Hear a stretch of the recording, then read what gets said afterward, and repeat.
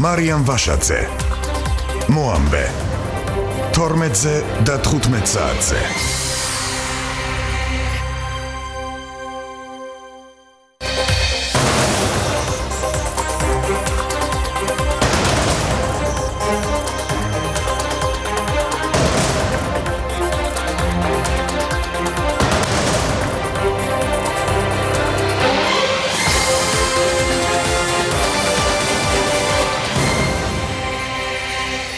ორგანიზებული ნარკოდანაშაულის საქმე გიორგი გიორგანაშვილს იგივე ბახალას ბრალი დაუმძიმდა.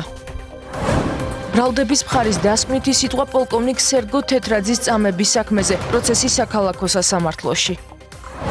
ეგრეთ წოდებული გირგვლიანი შესწორებებთან დაკავშირებით ადვოკატთა ასოციაციაში შექმნილ კომისიას პრეზიდენტის სარეზერვო ფონდი დააფინანსებს. პრეზიდენტის გადაწყვეტილება და შეფასებები.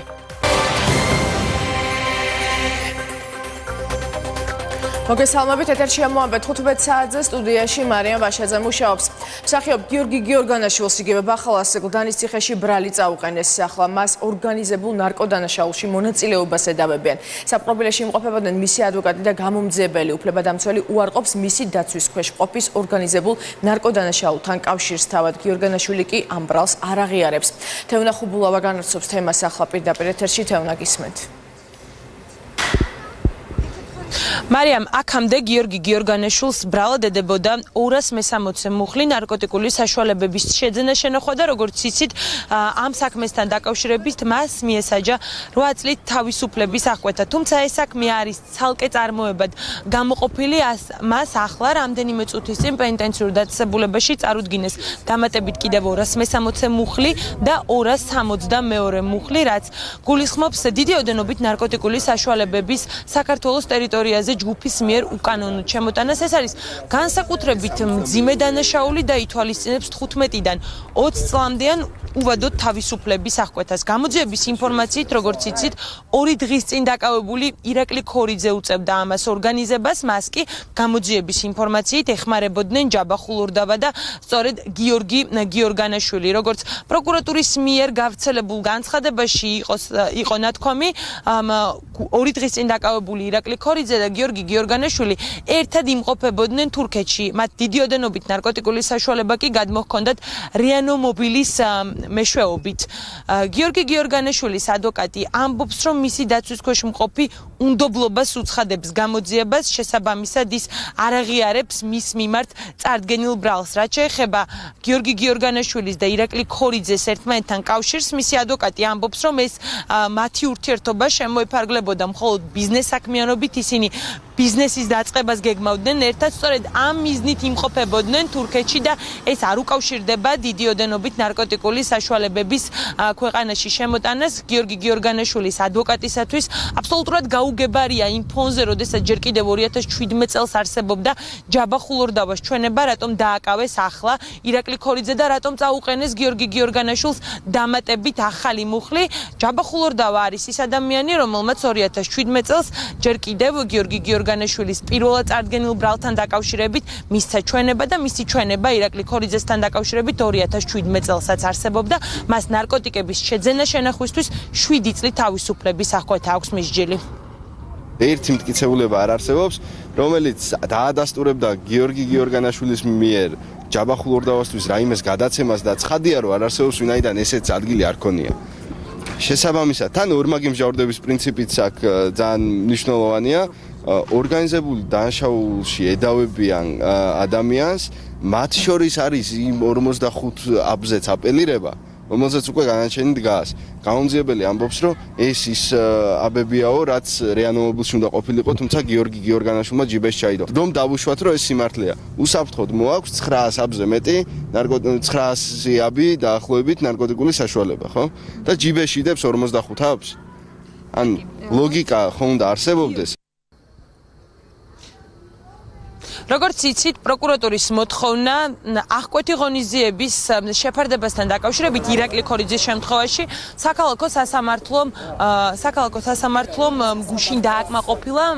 პროკურატურა ითხოვდა პატიმრობას აღკვეთი ღონისძიების ყველაზე მძიმე ფორმას, ხოლო მისი ადვოკატები ითხოვდნენ, რომ საერთოდ აღკვეთი ღონისძიების გარეშე დაეტოვებინათ ირაკლი ქორიძე. სწორედ აი ამ გადაწყვეტილების გასაჩივრებას გეგმავენ ქორიძის ადვოკატები უკვე ხვალ საქალაქო სასამართლოს დასაბუთებული გადაწყვეტილების ჩაბარების შემდეგ ისინი გაასაჩივრებენ, როგორც ადვოკატი აცხადებს, არ არსებობდა იმის გარემოება, რომ აღკვეთი ღონისძიების ეს ფორმა გამოეყენებინა სასამართლოს. პროკურორი კი მიუთითებდა, როგორც იცით, იმაზე, რომ მიმალვის საფრთხე არსებობდა ქორიძის მხრიდან. ამავე ხტომაზე ქორიძემ გააჟღერა უკვე ინფორმაცია იმასთან დაკავშირებით, რომ ის წარდგენილ ბრალს არ აღიარებს. მისი ადვოკატი საუბრობს იმაზე, რომ ჯაბა ხულორდავას ჩვენების გარდა ამ საქმეში სხვა რაიმე ტიპის მტკიცებულება არ არსებობს. შესაბამისად, რთული იქნება პროკურატურისათვის დაამტკიცოს ის, რომ ის ორგანიზებას უწევდა დიდი ოდენობით ნარკოტიკული საშუალებების შეძენას, შენახვას და შემდგომ უკვე საქართველოს ტერიტორიაზე უკანონოდ შემოტანას. ადვოკატიც აპელირებს იმაზე, რაზეც გიორგი გიორგანაშვილის ადვოკატი მიუთითებს, ქორიძის ადვოკატიც იგივეზე აპელირებს იმაზე, რომ მისთვის აბსოლუტურად გაუგებარია იმ ფონზე, როდესაც ჯერ კიდევ 2017 წელს არსებობდა ჯაბა ხულორდავას ჩვენება, რატომ დააკავეს ირაკლი ქორიძე 2 დღის წინ. ირაკლი ქორიძის ადვოკატიც ამბობს, რომ ქორიძე უნდობლობას უცხადებს, სამართალდამცავებს არ აღიარებს ბრალს და ხვალ უკვე როგორც აღნიშნე, ის გადაწყვეტილებას გაასაჩივრებს. იმ ბრალზე, რასაც ეუბნებიან ეხა ირაკლი ქორიძეს, რომ შენ ჩაიდინე გიორგანაშვილთან და ხულორდავასთან ერთად, ამისთვის ჯაბა ხულორდავა უკვე გასამართლებულია როგორც მარტო დანაშაული, როგორც დანაშაული ჯგუფის წევრი კი არა, როგორც მარტო თითქოს მარტო მარ ჩაიდინა აღნიშნული დანაშაული. მაშინ, როდესაც განაჩენი რომ გამოდიოდა ჯაბა ხულორდავას მიმართ, გამომწყობებელი განაჩენი, ეს ინფორმაცია უკვე მიწოდებული ქონდა გამოძიებისთვის ჯაბა ხულორდავას. როგორც უკვე აღნიშნე, რამდენიმე წუთის წინ დატოვეს პენიტენციური დაწესებულება გიორგი გიორგანაშვილის ადვოკატმა, ასევე საქმის გამომძიებლებმა მას 2 მუხლი წაუყენეს ცალკე წარმოებად გამოყოფილ საქმეზე 260 ნარკოტიკული საშუალებების შეძენა შენახვა და 262 მუხლი ნარკოტიკული საშუალებების დიდი ოდენობით ნარკოტიკული საშუალებების საქართველოს ტერიტორიაზე უკანონოდ ჯგუფურად შემოტანა. ეს არის განსაკუთრებით მძიმე დანაშაული, ითვალისწინებს 15-დან 20 წლამდე ან უვადოდ თავისუფლების აღკვეთა. შესაძლოა ჯერჯერობით ეს არ არის დაზუსტებული. ამ ახალ საქმესთან დაკავშირებით აღკვეთი ღონისძიების შეფარდებაზე გიორგანაშვილთან დაკავშირებით სხდომაც ჩაინიშნოს საქალაქო სასამართლოში. ჯერჯერობით პროკურატურისგან უცნობია, ვინაიდან მას უკვე აქვს თავისუფლების აღკვეთა მისჯილი, 8 წლის თავისუფლების აღკვეთა ნარკოტიკების შეძენა შენახვაზე. შესაძლოა პროკურატურამ აღარ მოითხოვოს, აღარ მიმართოს სასამართლოს აღკვეთი ღონისძიების შეფარდების მოთხოვნით და უკვე წინა სასამართლოს ხდომაზე დაიწყოს მასთან დაკავშირებით მსჯელობა. მადლობთ თეონა ხუბულავა გვერდებოდა პირდაპირ ეთერში. პოლკოვნიკ სერგო თეთრაძის წამების საქმეზე პროცესი საქალაქო სასამართლოში მიმდინარეობს. ამ წუთებში ბრალდების მხარე დასკვნით სიტყვას ითხოვობს. მარიამ ქურდიანი იმყოფება ადგილზე, რა მტკიცებულებებზე საუბრობენ დასკვნით სიტყვაში პროკურორები, ის ახლა პირდაპირ ეთერში გვეტყვის. მარიამ, გისმენთ. დიახ, პირველ რიგში გეტყვით, რომ სასამართლოს ხდომა უკვე 2 საათზე მეტ ხანს მიმდინარეობს. მტკიცებულებები კი, რომლითაც შედგება ბრალდების დასკვნითი სიტყვა არის 130 გვერდიანი. დღევანდელ სასამართლოს ხდომაზე ბრალდების მხარემ ისაუბრა ყველა იმ დეტალზე, რომელიც მათი თქმით საქმეში არსებობს. პოლკოვნიკ სერგო თეთრაძის წამებასთან დაკავშირებით პროკურორმა დღეს ყურადღება გაამახვილა 2011 წლის 17 სექტემბერზე, როდესაც მოხდა პოლკოვნიკის დაკავება. ის გადაიყვანეს სამხედრო პოლიციაში ბრალდების მტკიცებულებების მიხედვით და რამდენიმე საათის განმავლობაში აწამებდნენ. მისგან მოითხოვდნენ, რომ სერგო თეთრაძეს ეღიარებინა არ ჩადენილი დანაშაული ბრალდების მხარის განმარტებით და თითქოს ის იყო რუსეთის აგენტი. ამ ყველაფერს კი აღიარებით ჩვენებას ბრალდების მხარის მტკიცებულებების მიხედვით მოითხოვდა თავდაცვის მაშინდელი მინისტრი ბაჩუ ახალაი და ასევე სამხედრო პოლიციის უფროსის მოადგილე მეგის ქარდავა. მას შემდგომ, რაც ვერ მიიღეს აღიარებითი ჩვენება პოლკოვნიკ სერგო თეთრაძისგან, ის გადაიყვანეს გლდანის ნომერ მერვე სასჯელ აღსრულების დაწესებულებაში, სადაც უკვე გაგრძელდა პოლკოვნიკ სერგო თეთრაძის წამება და ამის შედეგად ის 23 სექტემბერს გარდაიცვალა. ალექსი წერაშვილი და თამარ სისაური დაახლოებით 20 წუთის განმავლობაში სისტემატურად ცებდნენ სერგო თეთრაძეს, აყენებდნენ მას ძლიერ ფიზიკურ და მორალურ ტანჯვას, რის შემდეგ ძალადობის გამოყენებით ცემისგან დაუძურებული უმწეო მდგომარეობაში ყოფი სერგო თეთრაძის მიმართ განახორციელეს სხვაგვარი სექსუალური კონტაქტი გაუკმართებული ფორმით.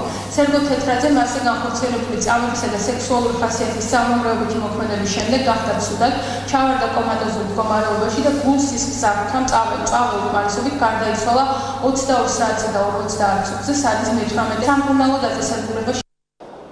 ბრალდების მხარემ თავის დასკვნით სიტყვაში ასევე ისაუბრა 2011 წელს ჯაშუშობის ბრალდებით დაკავებული ასევე დაზარალებული სტატუსის მქონე სხვა პირების მიმართაც, ესენი არიან სერგეი ჩაპლიგინი, დავით ლონდარიძე და გია გორელაშვილი, როგორც პროკურორმა დასკვნით სიტყვაში ასახა, ისინიც დააკავეს 17 სექტემბერს და მათგან აწამებდნენ მათაც რამდენიმე საათის განმავლობაში და მოითხოვდნენ აღიარებითი ჩვენების მიცემა, ზოგიერთმა მათგანმა წამებას ვერ გაუძლო პროკურატურის განმარტებით და მისცა აღიარებითი ჩვენება. განუწყვეტლით ცემდნენ და დამამცირებლად ეთყობოდნენ დავით ლონდარიძეს, ემუქრებოდნენ მოკლით, აყენებდნენ ძლიერ ფიზიკურ და მორალურ ტანჯვას, ცემისას ბაჩანა ახალაიამ ამოიღო თანნახმოვანი იარაღი და ლულა ძალით ჩაუდო დავით ლონდარიძეს პირის ღრუში, ემუქრებოდა მოკლით, თუ არ აღიარებდა დანაშაულს. გიორგი გორელაშვილს ემუქრებოდნენ, რომ მავთულის დიდი საჭრელი მაკრატლი თითებს დააჭრიდნენ და მას თითებს ათავსებდნენ მაკრატლის საჭრელ პირებს შორის. შემდგომ მას ყელზე შეაბეს იარაღის დასამაგრებელი ტყავის თასმა და აიძულებდნენ ოთხზე ეხოხა შენობის დერეფანში. როდესაც ბაჩანა ახალაიას დავალებით მეფის ქარდავა დაემუქრა მას, რომ ჯაშუშობის არაღიარების შემთხვევაში მის ქალიშვილს და მეუღლეს მის თვალწინ აწამებდნენ, სერგეი ჩაპლიგინმა ვერ გაუძლო წამებას და იძულებული გახდა ეღიარებინა არჩადენილი დანაშაული. პოლკოვნიკ სერგო თეთრაძის წამების საქმის ამ ეპიზოდზე სასამართლო პროცესები უკვე დასასრულს უახლოვდება. მე გეტყვით, რომ მთავრმა საგამოძიებო უწყებამ ბრალი წაუყენა სამ პირს, ესენი არიან ბაჩო ახალაია, მეგის ქარდავა და ნიკოლოზ ძიმცეიშვილი. ბაჩო ახალაიას პროკურატურა ედავება პოლკოვნიკის წამების ორგანიზებას, ხოლო რაც შეეხება ნიკოლოზ ძიმცეიშვილს და მეგის ქარდავას, მათ უწყება ედავება თავდაცვის სამინისტროდან თანხების გაფლანგვას, თუმცა მე ასევე გეტყვით, რომ ეს საქმე დაყოფილი არის რამდენიმე ეპიზოდად და ათობით ექს-მაღალჩინოსანს უკვე ბრალი წაყენებული აქვს პოლკოვნიკის წამებასთან დაკავშირებით და სასამართლომ მათ მიმართ უზენაეს სასამართლოს დადგენილებით ასევე გამომტყუნებელი განაჩენი გამოიტანა. მადლობთ მარიამ ქურდიანი საუბრობდა სასამართლოდან. ეგრეთ წოდებული გირგვლიანის შესწორებებთან დაკავშირებით ადვოკატთა ასოციაციაში შექმნილ კომისიას პრეზიდენტის სარეზერვო ფონდი დააფინანსებს. საქართველოს პრეზიდენტის ადმინისტრაციასა და ადვოკატთა ასოციაციას შორის ურთიერთთანამშრომლობის მემორანდუმი გაფორმდა. როგორც პრეზიდენტის ადმინისტრაციაში აცხადებენ, მემორანდუმის მიზანი ღონისძიებების მხარდაჭერა, რომელიც საქართველოში 2005-2012 წლებში რეპრესირებული ადვოკატებისთვის და პოლიტიკური ნიშნით დაპატიმრებულ ან დევნილ პირად მიჩნეული მსჯავრდებულების საქმეების შესწავლა სამართლის სასამართლოს დარღვეული უფლების აღდგენას უზრუნველყოფს. დავუშვით რამდენიმე მნიშვნელოვანი ასპექტი, რომელიც უნდა იყოს გირგვლიანის შესწორებებში. რა თქმა უნდა, ეს უნდა იყოს თვითონ სამართლებრივი დევნის იურიდიული ბაზის დახვეწა. აუცილებელი არის, რომ ამ შესწორებებით დასწორდეს ის უსამართლობა, რომელიც თვითონ სამართალდამცავ და სასამართლო სისტემაში იმ ადამიანების სახით არსებობს, ვინც ახორციელებდა ამ დევნას. ჩვენ წამს, რომ სამართლიანობა და დემოკრატია აუცილებლად გაიმარჯვებს და რომ საქართველოს შედგება როგორც სამართლის უზენაესობის ქვეყანა, ხოლო ქართული საადვოკატო პროფესია კვლავაც გააგრძელებს ბრძოლას ადამიანის უფლებებისა და საზოგადოების მსახურებისათვის. და რა შეფასებები კეთდება პრეზიდენტის გადაწყვეტილებასთან დაკავშირებით და რასაც ხადებენ კანონმდებლები, ამას ქეთი ქაშაკაშვილი გვეტყვის, რომელიც ახლა ღია ეთერში გვერდება. ქეთი, გისმენთ.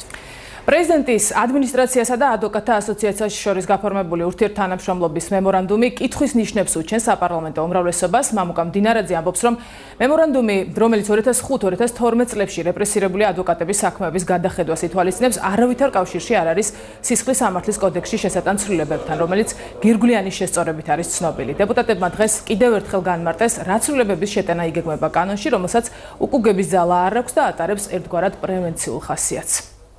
მემორანდუმთან, რომელიც შეეხება 2005-12 წლებში რეპრესირებული ადვოკატების საქმეების გადახედვას არაფერ შუაში არ არის გირგვლიანის შესწორებები, რატომ თქვა ეს პრეზიდენტმა მას თავად უნდა კითხოთ თავის მხრივ გირგვლიანის შესწორებები, რომელიც უკვე დარეგისტრირებულია და ხვალინდელ ბიუროზე გავა, შეეხება სამომავლო პრევენციას პოლიტიკური თანამდებობის პირების მიერ სავარაუდოდ ჩადენილ დანაშაულებს და ხელს უწყობს მოქალაქეთა დაცულობას სახელმწიფო ძალმომრეობისგან. თუ პრეზიდენტი ამ ინიციატივით ქმნის რაღაცა პარალელურ ალტერნატიულ წესრიგს, მე ვერ ხედავ ამის აზრს, იმიტომ რომ ყველაზე მნიშვნელოვანი არის კანონში განსახორციელებელი ცვლილებები.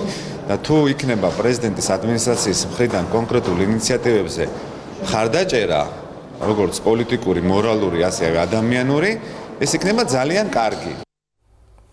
ფრაქცია ქართული ოცნების მიერ მომზადებული საკანონმდებლო ცვლილებები, რომელიც გირგვლიანის შესწორებების სახელწოდებით არის წარდგენილი, სისხლის სამართლის პასუხისმგებლობას ითვალისწინებს როგორც სახელმწიფო პოლიტიკური თანამდებობის პირის მიერ უკანონო ბრძანების გაცემა ან დავალების მიცემაზე, ასევე უფლებამოსილებით ან მდგომარეობით ბოროტად სარგებლობასა და დანაშაულის დაფარვაზე. მადლობთ ქეთი, ეს ქეთი ქაშაკაშვილი იყო. სახალხო დამცველმა საქართველოს პარლამენტს საზოგადოებრივი მაუწყებლის სამეურვეო საბჭოს წევრობის კანდიდატად იზაბელა ოსიპოვა წარუდგინა. ნინო ლომჯარიას განცხადებით ოსიპოვას აქვს მრავალწლიანი გამოცდილება და მაღალი რეპუტაცია ადამიანის უფლებებთა დაცვის მიმართულებით და გაბედული და პრინციპული საქმიანობის. მისივე თქმით, ოსიპოვას კანდიდატურა არ ყოფილა მხარდაჭერილი არც ერთი პოლიტიკური პარტიის მიერ და შესაბამისად ის მიიჩნევს, რომ არაპარტიული მხარდაჭერისა და მრავალეთნიკური სამოქალაქო საზოგადოების მაღალი ნდობის მქონე კანდიდატის დასახელება წინ გადადგმული ნაბიჯი იქნება ეროვნული უმცირესობების ჩართულობის უზრუნველსაყოფად გადაწყვეტილების მიღების პროცესში. სადა რა შემთხვევებში ირღვეოდა ადამიანის უფლებები 2017 წელს ანგარიში სახალხო დამცველმა დღეს წარადგინა, რომელიც დღესვე პარლამენტში შევა და საკანონმდებლო ორგანოში გაგრძელდება მისი განხილვა. 347 გვერდიან დოკუმენტში მოყვანილია ის უფლებადარღვევების ფაქტები, რომლის დაფიქსირდა გასულ წელს ან ხდებოდა წინა წლებშიც და 2017-ში აქტუალური იყო. განსაკუთრებული ყურადღება ეთმობა გახმაურებული საქმეების გამოძიებას, მაგალითად ვანო მერაბიშვილის საკნიდან შესაძლო გაყვანის ფაქტი, აზერბაიჯანელი ჟურნალისტის აფგან მუხთალის საზღვარზე გადაყვანის გამოძიება, საინტერესო თემილონ მაჩალიკაშვილის საქმეც, რომელიც პანკიში სპეცოპერაციისას დაიღუპა. სწორედ ამ საქმის გამო საქართველოს სახალხო დამცველის 2017 წლის ანგარიში სიცოცხლის უფლების თავი გაჩნდა. როგორც ნინო ლომჯარიამ ანგარიშის პრეზენტაციასაც განაცხადა, სახალხო დამცველს აქვს რეკომენდაციები როგორც სახელმწიფო უსაფრთხოების სამსახურის, ისე პროკურატურის მიმართ. წლევანდელ ანგარიში გაჩნდა სიცოცხლის უფლების თავი. ეს გამოიწვია სწორედ პირველ რიგში იმ მიმდინარე სპეცოპერაციამ, სადაც დაიღუპა თემილონ მაჩალიკაშვილი და ჩვენ როგორც მიაღვნიშნე, ჩვენ ჩავთვლით, რომ სიცოცხლის უფლებას არ ქონია დარღვევას არ ქონია ადგილი იმ შემთხვევაში, თუ სრულყოფილად, ეფექტურად იქნება გამოძიებული. აფგან მუხთარლისთან დაკავშირებით აღნიშნული საკითხი გვაქვს გამოხატვის თავისუფლების ნაწილში განხილული, თუმცა რა თქმა უნდა ეს საკითხი შეეხება პირის უსაფრთხოების, ადამიანის უსაფრთხოების საკითხებსაც. თბილისის მიწათსარგებლობის გენერალურ გეგმაზე მუშაობა სითი ინსტიტუტმა 1 ივნისამდე უნდა დაასრულოს. კომპანიას მერიამ დოკუმენტში არსებული ხარვეზების გამოსასწორებლად დამატებითი ვადა მისცა, რომელიც საბოლოოა. გადაწყვეტილება კახაკალძემ საგანგებო ბრიფინგზე გამოაცხადა, რომელსაც წინ პროექტის ავტორებთან 1 საათიანი დახურული შეხვედრა უწყოდა. კალძის თქმით, დედაქალაქის მერია კომპანიასთან ერთად მუშაობაში ჩაერთვება და მაქსიმალურად შეუწყობს ხელს ხარისხიანი გენგეგმის დადებაში. ჩვენთვის თავარია, რომ გენგეგმაში ჩადებული კონცეპტუალური ნაწილი იყოს რაც შეიძლება ადვილად გონივრულ დროშის შესრულებადი და ქალაქის თითოეული მოქალაქის მოთხოვნებთან მაქსიმალურად მიახლოებული. ჩვენ გვაქვს მოლოდინი და ყველანაირად ხელშეუწყობთ მერიის ყველა სამსახური, რომ სითი ინსტიტუტმა წარმოადგინოს ქმედითი, გრძელვადიან პერსპექტივებზე გათვლილი და ხარისხიანი მასალა. ჩვენ ახალს არაფერს არ გვქვნით.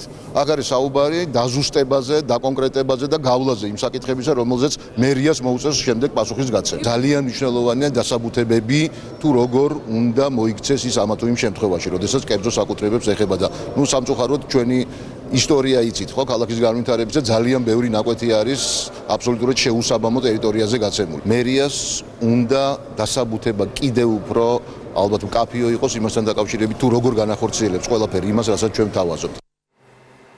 როგორია გადაწყვეტილებასთან დაკავშირებით სითი ინსტიტუტის საკრებულოს და მერიის შეფასებები, ამას ანა ბროლოძე გვეტყვის, რომელიც პირდაპირ ეთერში გვერდება. ანა, გისმენთ. სით ინსტიტუტის მიერ წარმოდგენილ დოკუმენტთან დაკავშირებით მერიის მოთხოვნები კონკრეტულია და რამდენიმე მიმართულებას მოიცავს. Უფრო მეტი სიზუსტე გენერალური გეგმის პროექტში მეტად დაცული საკუთრების უფლება და არსებული რეალობის მაქსიმალურად ასახვა პროექტში. ასეთია დამკვეთის მოთხოვნა. მერის მოადგილე ილია ელოშვილის თქმით, დოკუმენტში წარმოდგენილი ხარვეზების აღმოფხვრა შესაძლებელია და მერიას არ სურს გაწეული შრომის გადაყრა, ამიტომ სითი ინსტიტუტი საქართველოს დამატებით ორთვიან ვადას აძლევს. არ შეიძლება კერძო მესაკუთრეთა უფლებები იყოს გააზრებული, არ იყოს რისკების შემცველი მერიისთვის, ამას სჭირდება იურიდიული კუთხით განხილვა, ამას სჭირდება ეკონომიკური კუთხით განხილვა. ხარვეზები, რომლებიც არსებობდა, თქვათ, საყრდენ დოკუმენტაციაში, რუკებში, რომელიც წარმოადგენს და ესეც გასწორებადია აბსოლუტურად, განხორციელების ეტაპები, რომლებიც ჩვენ ძირითად ხარვეზად დავასახელეთ, ასევე რომ ამ ეტაპების სწორად გადალაგება, შეჯერება მოხდეს ისე რომ შესაბამისად საშუალება გქონდეს ჩვენ გრძელვადიან პერსპექტივაში სწორად დავინახოთ ქალაქის განვითარება. კონებრივი საკითხები ვიცით, რომ ძალიან მტკივნეულია, მაგრამ არის ადგილები, სადაც სამშენებლო განვითარება არ შეიძლება. ამიტომ ჩვენ იმ ადგილებთან დაკავშირებით, როდესაც სადაც იქნება ასეთი შეზღუდვა, ყოველთვის ასეთ ტერიტორიებს დავიცავთ, მაგრამ რაკიღა კონებრივი საკითხებია სხვა არეალებთან მიმართებაში შევათანხმებთ ამ ნაბიჯებს მერიის სამსახურებთან. შეიძლება ითქვას, რომ ეს ის იშვიათი გადაწყვეტილება, რომელსაც საკრებულოს ოპოზიციის მხრიდან კრიტიკა არ მოჰყოლია. როგორც ნაციონალური მოძრაობის, ის ევროპული საქართველოს წარმომადგენლები ამბობენ, რომ მერიამ სწორი გზა აირჩია, აუცილებელია შეთანხმება და კომპრომისი, რადგან მხოლოდ კომპანიის შერჩევაში მთავრობამ 1 მილიონი ლარი გადაიხადა, იმ 5 ეტაპში კი, რომელზეც სითი ინსტიტუტი საქართველოს 2 წელი მუშაობდა, 2 მილიონი ლარია დახარჯული. 5 თვეა სწორედ ამას მოუწოდებდი ჩვენ მერიას, რომ ფორმალობებიდან თვალი აერიდებინა და ემუშავა არსობრივად. დღეს არის შანსი, რომ ეს დოკუმენტი იქცეს რეალობად. ამისათვის მერიას დაჭირდება კიდევ უფრო ინტენსიური მუშაობა, კიდევ უფრო ჩაღრმავებული მუშაობა და გახსნილად მუშაობა საზოგადოებასთან და პროფესიონალებთან, იმისათვის რომ დოკუმენტი არ დაიდოს თაროზე და ის ქაოსი, რომელიც დღეს არის ქალაქში, შეწყდეს. როდესაც ამ ხელა თანხები ხარჯება თბილისის ბიუჯეტიდან, არ შეიძლება ეს ერთდროულად გადაწყვეტილების მიღება და შესვლა. ეხლა ძალიან მნიშვნელოვანი იქნება ის, რომ მერიამ ზუსტად გაცეს კონკრეტული დავალებები, თუ რითი უნდა იხელმძღვანელოს სითი ინსტიტუტმა. მე ვფიქრობ, რომ ჩვენ საბოლოოდ მივიღებთ ძალიან მნიშვნელოვან დოკუმენტს და ის ეტაპები, რომელიც იქნა აქამდე წარმოდგენილი და დასრულებითი ეტაპიც იქნება გამართული და უახლოეს მომავალში ჩვენ გვექნება უკვე ახალი გენერალური გეგმა. დროის ახალი ათვლა უკვე დაწყებულია, კომპანია სითი ინსტიტუტთან გაფორმებულ ხელშეკრულებას მერია უკვე მეორედ, ამჯერად 2 თვით გაახანგრძლივებს, პირველად მათ დოკუმენტში ცვლილებების შესატანად 45 დღიანი ვადა ჰქონდათ, ახლა კი მათთვის განსაზღვრის 60 დღე 1 ივნისს ამოიწურება. მადლობთ ანა ბროლაძე საუბრობდა პირდაპირ ეთერში. ქართული ოცნება დემოკრატიულმა საქართველოს რუსთავში საქალაქო კონფერენცია გამართა. კონფერენციის მონაწილეებს სიტყვით მიმართეს ქართული ოცნება დემოკრატიული საქართველოს თავმჯდომარემ პრემიერ-მინისტრმა გიორგი კვირიკაშვილმა, პარტიის გენერალურმა მდივანმა თბილისის მერმა კახა გალაძემ და აღმასრულებელმა მდივანმა პარლამენტის თავმჯდომარემ ირაკლი ყობახიძემ. კონფერენციაზე რუსთავის სამოქალაქო ორგანიზაციის თავმჯდომარედ რუსთავის მერი ირაკლი წაბახოვა აირჩიეს. ძალიან საპასუხისმგებლო თემა არის, იყო პარტიული ორგანიზაციის თავმჯდომარემ, წინ საკმაოდ მნიშვნელოვანი არჩევნები გველოდება, მე მხედველობ საპრეზიდენტო არჩევნები და ზოგადად პარტიული საქმიანობა და პარტიის წევრების მუშაობა ყოველდღიურ რეჟიმში არის ძალიან მნიშვნელოვანი და მინდა წარმატებები უსურვა ყველა სამმართველოს. გამორჩიეს თავმჯდომარედ, სამომავლო გეგმები ამ კუთხით მოღვაწეობას დავიწყებთ და ალბათ კარგი იქნება, რომ ჩაეცვლება მედია საშუალებით, მაქსიმალურად გამჭირვალედ იქნება თითქოს გადადგმული ნაბიჯი და გადაწყვეტილები, როგორც თვითმმართველობის, ისე პარტიის კუთხით. იუსტიციის უმაღლესი საბჭოს მორიგის ხტომა საბჭო დღის წესრიგით გათვალისწინებულ 9 საკითხს ემსჯელობს, მათ შორისაა სასამართლოს 2017-21 წლების სტრატეგიის მიმოხილვა. ხტომის დაწყებამდე იუსტიციის უმაღლესი საბჭოს მოსამართლე წევრმა სერგო მეფიშვილმა საბჭოს ხტომების შესაძლო დახურვასთან დაკავშირებით გაკეთებული განცხადების შემდეგ მედიის კითხვებს პირველად უპასუხა. მისი თქმით, მის ამ მოსაზრებას საბჭოში რამდენიმე მხარდაჭერი მყავს, თუმცა თანამოაზრების დასახელებისგან თავი შეიკავა. მისი განმარტებით, მისი ამ მოსაზრების საფუძველი ნაზი ჯანეზაშვილის განცხადებები, რომელიც მისი თქმით ხტომების ტრიბუნას პოპულისტური განცხადებებისთვის იყენებს. ეს არის ბატონის სერგოს მოსაზრება, რომელიც მან გამოთქვა არაერთხელ, მათ შორის საბჭოს ხტომაზე და თქვენც მოისმინეთ და თუ ამას მიეცემა უკვე წინადადების სახე, რომელიც დღის წესრიგში მოხდება საბჭოს განსახილველ საკითხებში, აუცილებლად ამაზე გვექნება ჩვენ პოზიციები და გვექნება მოსაზრებები, რომელსაც გავაცნობთ საზოგადოებას. მე უფრო დრამატულადაც ვიტყოდი, ეს არის ცუდი რეალიტი შოუ, მაგრამ დახურვა არ არის გამოსავალი. გამოსავალი არის ის, რომ საბჭოს თითოეულმა წევრმა მეტი პასუხისმგებლობა იგრძნოს იმასთან დაკავშირებით, რა თანამდებობა უკავია და რა განცხადებები უნდა აკეთოს.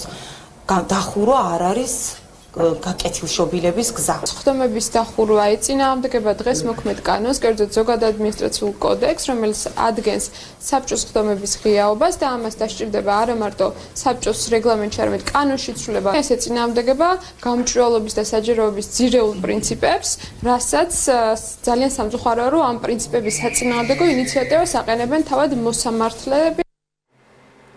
არჩილ ტატუნაშვილს დღეს 35 წელი შეუსრულდებოდა, ამასთან მისი გარდაცვალებიდან 40 დღე გავიდა. მოხად გვერდის სამხედრო სასაფლაოზე ოჯახის წევრები და ტატუნაშვილის მეგობრები შეიკრიბნენ და მის ხსოვნას პატივი მიაგეს. ტატუნაშვილის საფლავი ყვავილებით ჩამგეს სოზარ სუბარმა და ქეთევან ციხელაშვილმაც.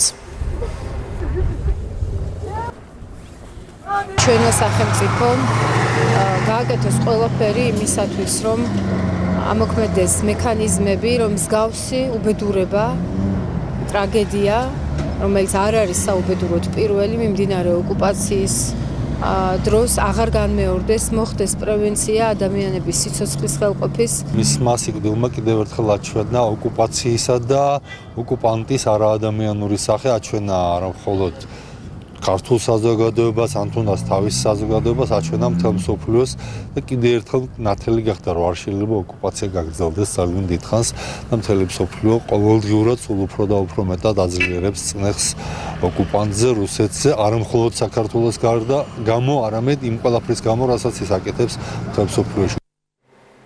ბორჯომის საკრებულოს თავმჯდომარედ პატრიოტთა ალიანსის წევრი გიორგი გოგიჩაიშვილი აერჩიეს. გოგიჩაიშვილს საკრებულოს 21-მა დეპუტატმა მხარი დაუჭირა, ერთმა კი არა. კენჭისყრა ფარული იყო. მსხდომას არ ესწრებოდა ბორჯომის საკრებულოს 6 წევრი, მათ შორის ნაციონალური მოძრაობის, ლეიბორისტული პარტიის, ევროპული საქართველოსა და პატრიოტთა ალიანსის წარმომადგენლები. თავმჯდომარის ასარჩევა 15 დეპუტატის ხმა იყო საკმარისი. ამასთან დღევანდელ სხდომაზე საკრებულოს მოადგილეც აერჩიეს 20 მომხრე, 2 წინააღმდეგი. გიორგი გოგიჩაიშვილის მოადგილე ფრაქცია ქართული ოსნების წევრი ოთარ არბოლიშვილი გახდა. შეგახსენებთ, რომ 28 მარტს 19 ხმით 2 წინააღმდეგ საკრებულოს დეპუტატებმა თავმჯდომარე ზაზა ჩაჩანიძე, რომელიც პატრიოტთა ალიანსის წევრი იყო, დაკავებული თანამდებობიდან გადააყენეს. საკრებულო კვლავ რჩება ოპოზიციური, იმიტომ რომ თავმჯდომარეა ოპოზიციურიდან, როგორც პატრიოტთა ალიანსიდან ვარ და რაც შეეხება ხელფასების თემას წავედით დათმობაზე. აქედან გამომდინარე, მე ვთვლი და ვფიქრობ, რომ იქნება საკითხები, რიგი საკითხები, სადაც მერიაც წავა დათმობაზე, გვექნება დისკუსია ერთმანეთში და მივალთ ჭეშმარიტ გადაწყვეტილებამდე, რაც იქნება ჩვენი რაიონისთვის მნიშვნელოვანი. პარლამენტის შენობისა და რუსთაველის სახელობის დარბაზში კულტურული მემკვიდრეობის დაცვის სააგენტომ 2016-17 წლებში გაწეული საქმიანობის ანგარიში წარადგინა. პრეზენტაცია ძირითადად სახელმწიფო უწყების და მისი მთავარი დონორი ორგანიზაციის ისტორიულ ძეგლთა რეაბილიტაციისა და გადარჩენის ფონდის მიერ დაფინანსებული ეროვნული და ადგილობრივი მნიშვნელობის უძრავ ძეგლებზე მიმდინარე და დასრულებულ სარეაბილიტაციო პროექტებს მოიცავდა. გარდა ამისა, 2016-2017 წლებში გაწეული საქმიანობის ანგარიში ხაზი არქეოლოგიურ ძეგლებზე დაწყებულ სამეცნიერო კვლევა-ძიების სამუშაოებს და საერთაშორისო ასპარეზზე მიღწეულ წარმატებებს, მათ შორის იუნესკოს-თან აქტიურ თანამშრომლობას გაესვა.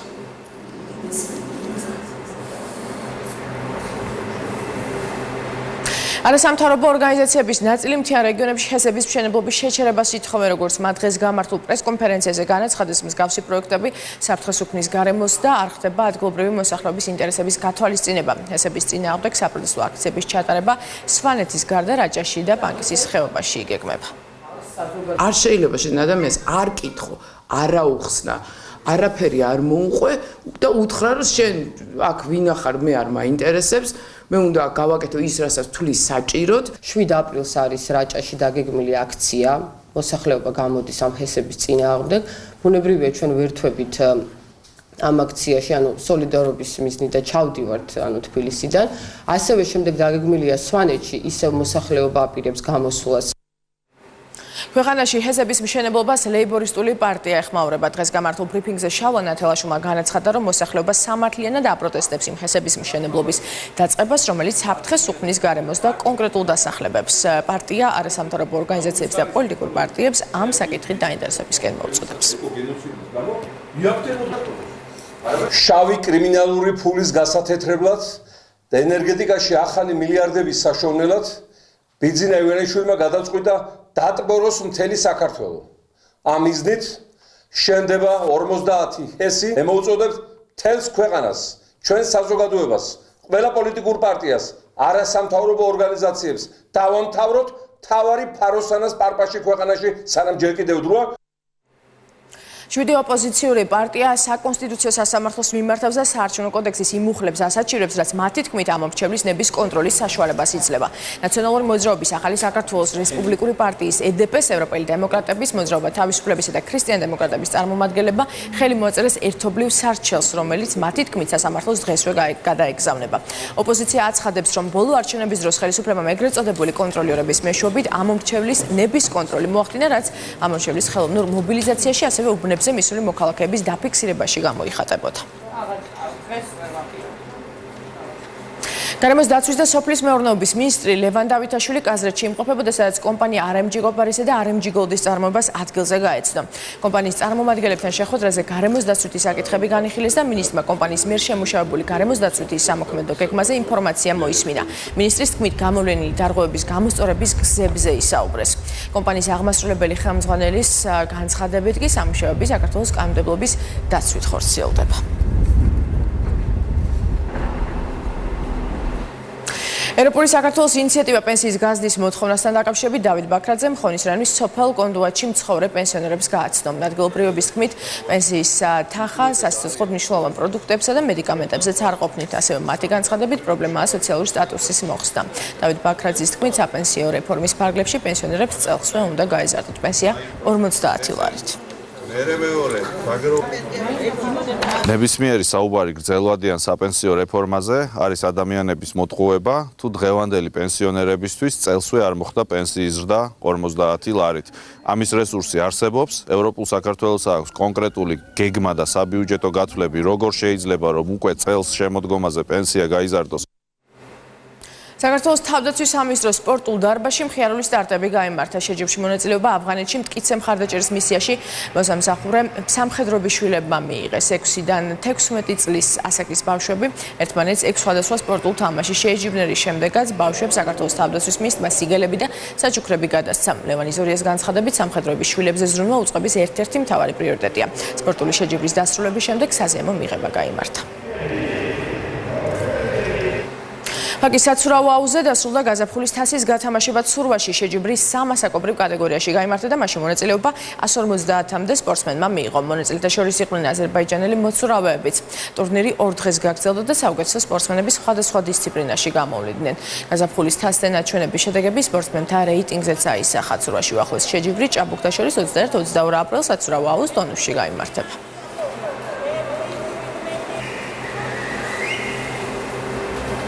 მომბე ამ დროისთვის დასრულებულია, მე 18 საათზე დაგიბრუნდებით, დროებით.